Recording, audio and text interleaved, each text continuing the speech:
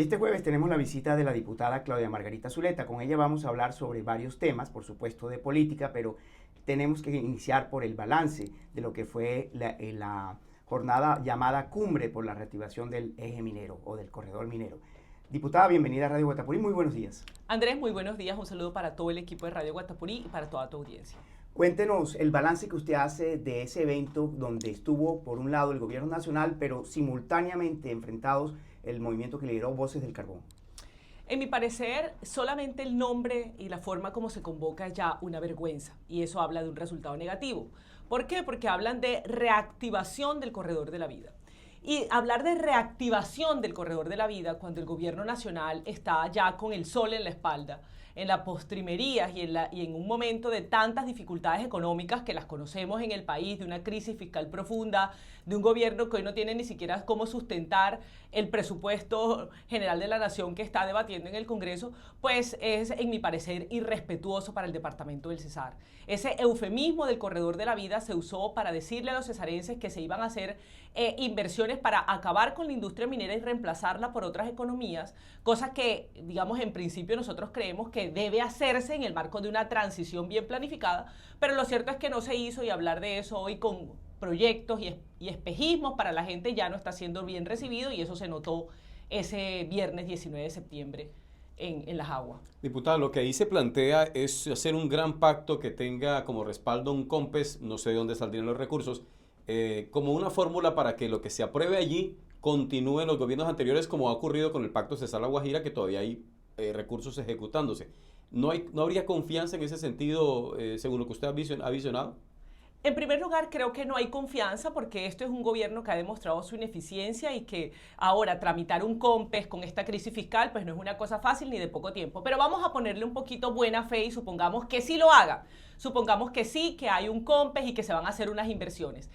Están hablando de inversiones que pueden estar alrededor, según le escuché al propio ministro del Trabajo, de 400.000 billones de pesos. Eso no es, en términos reales, Andrés, nada para cambiar ninguna realidad en el departamento del Cesar. 400.000 billones de pesos no es siquiera lo que significa un año, de regalías en el departamento, fuera de todo lo que significa la minería, que ya lo sabemos, la mitad de nuestra economía, el 60% de la inversión departamental, casi la mitad de los ingresos tributarios locales. Es decir, son inversiones que bienvenidas si llegan, ojalá que lleguen, pero no deberían mostrarse como un espejismo para acabar con una industria tan importante. Diputada, el movimiento fue descalificado por varias personas, empezando por el ministro de Trabajo, Antonio Sanguino, que dijo que pues, detrás de eso estaba era Drummond, y también se sumó a las críticas del senador Didier Lobo, que dijo que el movimiento Voces del Carbón estaba politizado porque usted estaba detrás de ello. ¿Usted qué le responde tanto al ministro como al senador Didier Lobo, que se siente de alguna manera desplazado por usted en su propio patio? Bueno, lo primero que yo quiero hacer es reivindicar el movimiento. No es un invento mío, no es una iniciativa mía. Por supuesto, yo me siento parte, como se pueden sentir parte miles de ciudadanos cesarenses que creen en estas ideas que yo estoy defendiendo hoy. Voces del Carbón lo vemos como un movimiento que supera a solo los empleados. Acuérdate que los empleados adentro tienen sindicatos, pero precisamente Voces nace para representar a la generalidad de las personas que se vinculan a la minería y que la defienden, que pueden ser empleados directos, que pueden ser contratistas o que incluso pueden ser ciudadanos del corredor que tienen un negocio, que tienen un emprendimiento y que saben la importancia de esa economía para la región. Entonces, creo que tacharlo de meeting, como lo hizo el ministro, o decir que esto es una cosa promovida directamente por directivos de la empresa, creo que es por demás irrespetuoso, sobre todo viniendo de él, de una persona que dice defender causas sociales, de una persona que ha estado tanto tiempo en oposición, de una persona que dice que respeta la protesta social. Yo veo que a ellos les gusta la protesta cuando la hacen ellos y les gusta la oposición cuando la hacen ellos, pero si son otros, entonces ya no les parece válida y las deslegitiman. Eso es bastante cuestionable. Sí, de hecho, los señores de Voces del Carbón han decidido pasar de la protesta, del plantón, de la marcha, de hecho han realizado más bien plantones, a de espacios de conversación para que muchos sectores de opinión puedan aportar. Han dicho que usted participará. Si llegara a ocurrir que algunos, por ejemplo, Didier Lobo u otros, que no están muy de acuerdo con lo que se está haciendo, Sintramina Energética, por ejemplo, ¿está abierto el diálogo para que participen en una tribuna como un auditorio de universidad?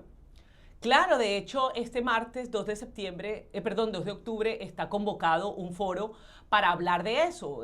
Voces del Carbón está participando en la convocatoria, me han invitado, yo por supuesto he aceptado la invitación y sé que van a venir otros sectores. Claro que sí, hay que tener diálogos, hay que tenerlos. Yo lo que he cuestionado es que, por ejemplo, un evento como el de la semana pasada se diga, venimos a hablar, pero nosotros escogemos a nuestro interlocutor, entonces puede hablar este y aquel, y no se permita que la ciudadanía se pueda expresar con libertad.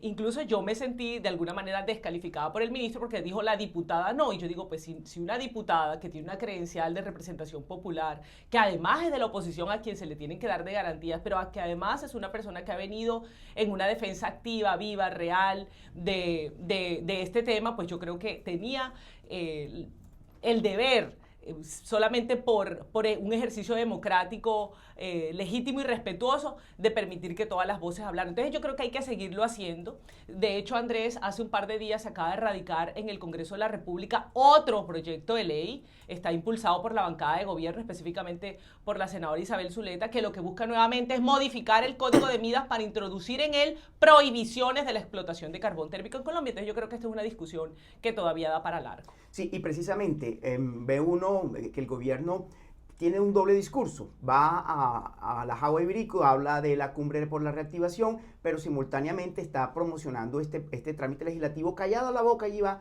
yo vi también que estaba en la Comisión Quinta del Senado y pues iba avanzando. Y la viceministra de Minas estuvo allá defendiendo y claramente decía prohibición del carbón térmico. Entonces, no le están diciendo la verdad a los trabajadores del eje minero. Quiero seguir con el tema político, porque, digamos, en los tertulianeros políticos se da por descontado que usted será candidata al Senado de la República por el Centro Democrático. ¿Cómo va esa gestión?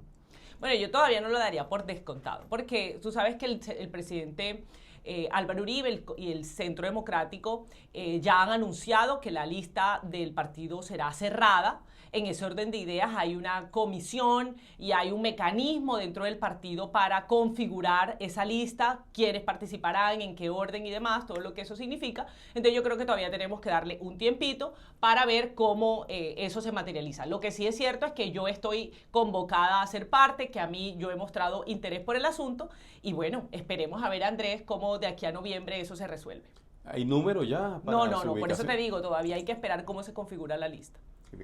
Diputada, volvamos al tema del Cesar. Usted ha sido de las voces, de la única voz opositora que existe en la Asamblea del Departamento. Sin embargo, hay otros compañeros que han hecho un ejercicio muy interesante y válido. Por ejemplo, el diputado Jesús Suárez ha puesto temas sobre la mesa como el tema del anillo vial, el tema de el defender los derechos de las comunidades que hacen parte del barrio Rocas del Valle. Y hace poco se tocó el tema de la salud, que es yo diría, la principal preocupación de los ciudadanos del Cesar, incluso por encima de la seguridad. Así estará la crisis del sistema, que hemos visto que la gente está desesperada porque están colapsadas las clínicas, hospitales, los servicios de urgencia, y vemos que detrás hay una realidad donde uno podría decir, el gobierno departamental y los gobiernos territoriales tienen poca margen de acción. Esto depende del gobierno nacional, pero vemos una política del gobierno muy clara en que pareciera que es dejar que el sistema colapse, dejar que el sistema,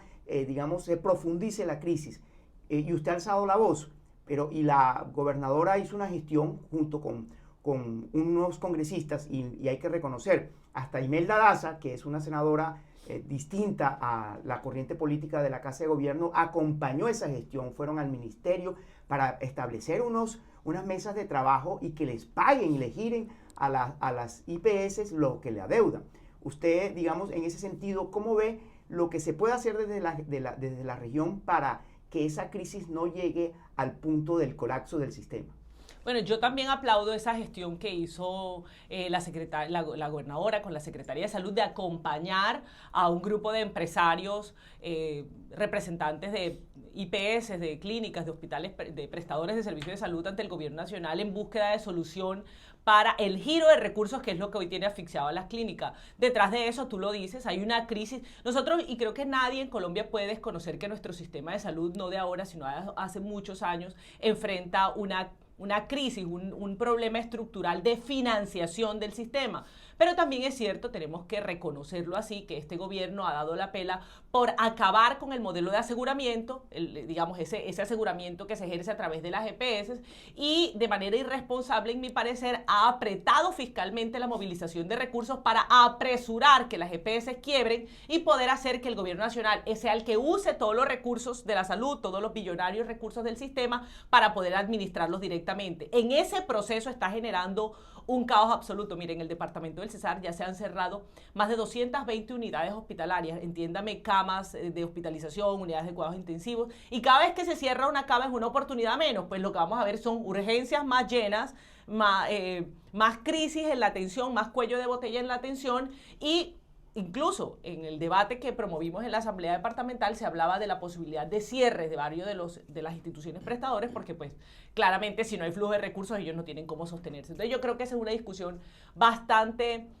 importante del escenario nacional hoy, y lo que queremos es que se resuelva pronto, ojalá en el Congreso, la decisión del proyecto de reforma que que está tramitando el gobierno, y que se resuelva en favor de sostener el aseguramiento, porque claro, necesitamos más recursos para resolver la crisis fiscal, pero no acabar con un modelo que lleva 30 años en construcción y que en teoría debe funcionar muy bien si las reglas se cumplen. Sí, precisamente hace algunos días, diputada, varios diputados alzaron la voz sobre un tema en común, hablando de la salud, y es el del IDREC. Y decían ustedes, ojalá que en lo que viene, que creo que en las sesiones extraordinarias, se ponga sobre la mesa esa conversación, pero de manera seria, para que ya no se le den más largas al asunto.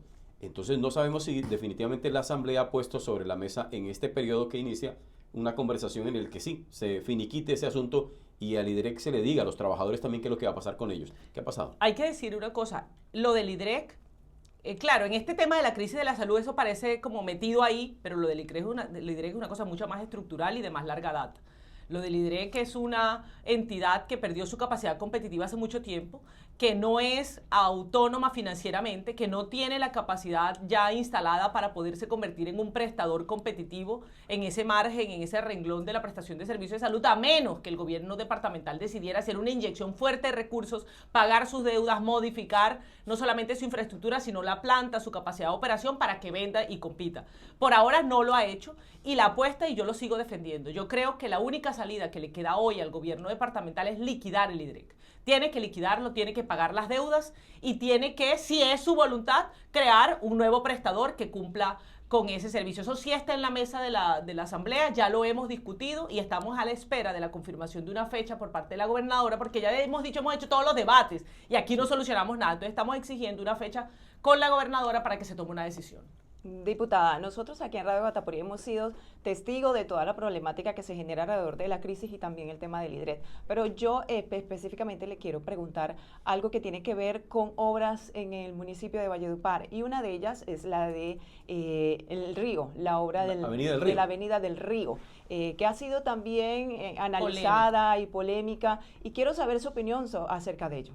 Bueno, mira, yo comparto muchas de las preocupaciones que han expuesto integrantes de la sociedad civil, como el Foro Ambiental, respetados y connotados urbanistas de la ciudad, en que esta es una obra que yo le he dicho a la gobernación y lo hemos socializado en la asamblea: si ustedes tienen este proyecto y tienen unos estudios y diseños, ¿por qué antes de sacarlo a contratar, por qué no convocan a la sociedad civil? ¿Por qué no convocan a todas estas entidades expertas que han venido haciendo seguimiento, que conocen el plan de ordenamiento territorial, y se llega a unos acuerdos en los que todos nos sintamos satisfechos y tranquilos de que lo que se va a hacer no solamente soluciona un problema de movilidad en la ciudad o le aporta a la construcción de una movilidad más fluida en la ciudad, sino que también respeta en términos ambientales y en términos sociales lo que significa para nosotros el río Guatapurí y su margen de protección? Yo coincido con quienes dicen, porque lo hemos estudiado con estos técnicos, que hay una tergiversación de lo que dice el plan de ordenamiento territorial, que esta vía entra a invadir una zona que estaba establecida como zona de protección en el plan de ordenamiento territorial, y que hacerlo así, tal cual lo está proyectando la gobernación, digamos, y respeta ese plan de ordenamiento. Yo sí creo que hay que encontrar una salida que modifique, ojalá que reestructure el diseño de forma que lo que estaba previsto, esa margen de protección, realmente se respete. Y además quiero anotar una cosa: el gobierno departamental ha planteado que esta vía va a tener un impacto también en términos sociales, porque va de alguna manera a contribuir a mitigar ese fenómeno de las invasiones de la margen derecha. pero yo se lo planteaba con cuestionamiento al secretario de Obras hace pocos días en la Asamblea. Eso no es tan cierto. La vía va a afectar y ellos van a tal vez a tener que generar alguna indemnización o algo así, más o menos al 10% de las viviendas que están asentadas sobre el río. El resto pues no va a ser atendida. Y tampoco es cierto que la simple construcción de la vía ya vaya a permitir la legalización de esos predios. Entonces yo sí creo que aquí hace falta una mayor socialización y concertación. Sobre todo, Andrés, discúlpeme, porque, hombre, ¿qué oportunidad hay de hacerle ajustes importantes a esa iniciativa cuando haya un proceso de licitación? Es que eso es lo que no debió haber además, pasado. Es que se les olvida, hoy se adjudica, hoy está programada la audiencia de adjudicación. Yo no puedo dejarla ir sin el tema político. Usted sabe que ya estamos a puertas de la elección de marzo a Congreso, y por supuesto usted fue muy diplomática y decir, bueno, el tema de mi aspiración al Senado todavía depende de que el expresidente Álvaro Uribe le dé su visto bueno, en fin. Pero lo que sí sabemos es que usted, si esa aspiración se consolida, como muy probablemente será, usted necesita unas listas a cámaras, y entiendo que ya está en ese trabajo. En una entrevista previa usted nos dio incluso algunos nombres que podrían estar integrando la lista a la Cámara por el Partido Centro Democrático. ¿Cómo va ese proceso de mover esa fibra del uribismo? Dicen que en Colombia hay más uribismo que centro democrático. ¿Cómo va ese proceso? Bueno, Andrés, estamos trabajando. No es fácil, ¿eh? Nosotros somos conscientes de las dificultades que encarna esto, porque sabemos cómo se vuelve esta movida electoral, cómo funcionan en esta elección del Congreso el tema de las estructuras políticas que son tan fuertes aquí en el departamento del Cesar. Sabemos que estas son unas campañas que se han vuelto lamentablemente extremadamente costosas. Entonces, lograr configurar una lista que le compita de manera viable a otras que ya han venido con participación, que incluso tienen congresistas electos, pues sabemos que es un reto enorme. Pero es la apuesta del partido, los nombres que te di siguen, de hecho ya están saliendo a trabajar, a organizar sus bases, y tenemos unas otras conversaciones abiertas, porque yo creo que aquí sería muy importante si nosotros como partido logramos que otros sectores distintos al Centro Democrático puedan llegar y podamos configurar una especie de coalición de, digamos, que la lista no sea solamente configurada por el Centro Democrático, sino que haya otros partidos que tampoco tengan en este momento, obviamente, representación en el Congreso, y con los que nos podamos unir para hacer una lista más fuerte. Entonces, en eso estamos trabajando y tenemos la expectativa de que ya este mes tenemos que consolidar una decisión al respecto. Un oyente me dice, por favor, pregúntele a la doctora Claudia Margarita cómo sintió el temblor de ayer, a dónde la tomó. Yo lo sentí larguísimo. Yo decía, pero ¿esto cuándo se acaba? Esto duró como 10 segundos. Y que si eso es el vaticinio de que va a cambiar el panorama político en el Cesar. Dios lo permita, sí. Yo creo que este departamento sí que necesita nuevas voces de representación. Todo lo que hemos discutido, el problema de la salud, el problema del empleo, el problema de la minería, de la economía del Cesar, yo, por lo menos, soy una de las que asegura han hecho falta muchas voces en el Congreso de la República, voces mucho más firmes, más entrenadas y que actúen en representación de la gente y no de propios intereses. Entonces, ojalá que el temblor vaticine eso. Muchas gracias por estar aquí en Radio Guatapurí. Muchas gracias a ustedes. 7:28 de la mañana, primera emisión de la Tribuna del Cesar.